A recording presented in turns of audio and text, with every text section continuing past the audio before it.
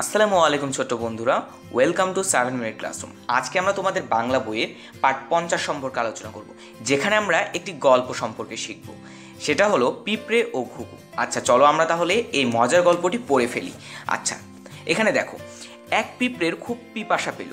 সে এলো নদীর পাড়ে পানি খেতে। নদীতে ছিল ঢেউ। পিঁপড়ে নদীতে ভেসে গেল। গাছের ডালে ছিল ঘুঘু। ভাবলো পিঁপড়েটাকে বাঁচাতে হবে।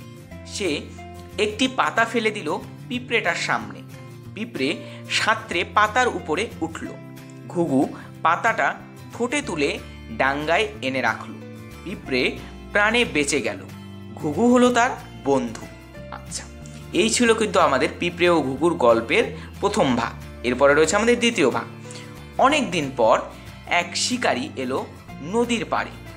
তার হাতে ছিল তীর ধনুক। সে গাছের উপর ঘুঘুটাকে দেখল। শিকারী ঘুঘুর দিকে তীর তাক করল। পিঁপড়েটা সব দেখছিল। অমনি সে শিকারীর পায়ে কামড় দিল। শিকারীর হাতের তীর নড়ে গেল। ঘুঘু ফুরুত করে উড়ে গেল, বেঁচে গেল প্রাণ।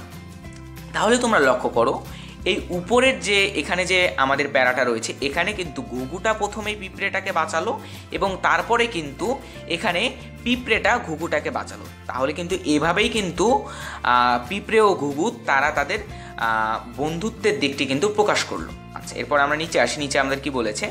আচ্ছা নিচে কিন্তু তোমরা কিন্তু এটা বাসায় করে ফেলতে পারো। ছবির শব্দ দিয়ে বাক্য লিখি। মানে এই যে এখানে যে এই ছবিটা দেওয়া রয়েছে, এই প্রত্যেকটা ছবি দিয়ে তোমরা বাসার মধ্যে একটি বাক্য বানিয়ে ফেলবে। আচ্ছা তাহলে এখানে রয়েছে পাতা। পাতা দিয়ে তোমরা এই গল্পের সাহায্যে কিন্তু একটা বাক্য লিখে ফেলবে তোমাদের বাসায়। এরপরে রয়েছে পিঁপড়ে দিয়েও লিখে ফেলবে। এরপরে রয়েছে পাখি। তাহলে আশা করি তোমরা আজকের ক্লাসটি বুঝতে পেরেছো।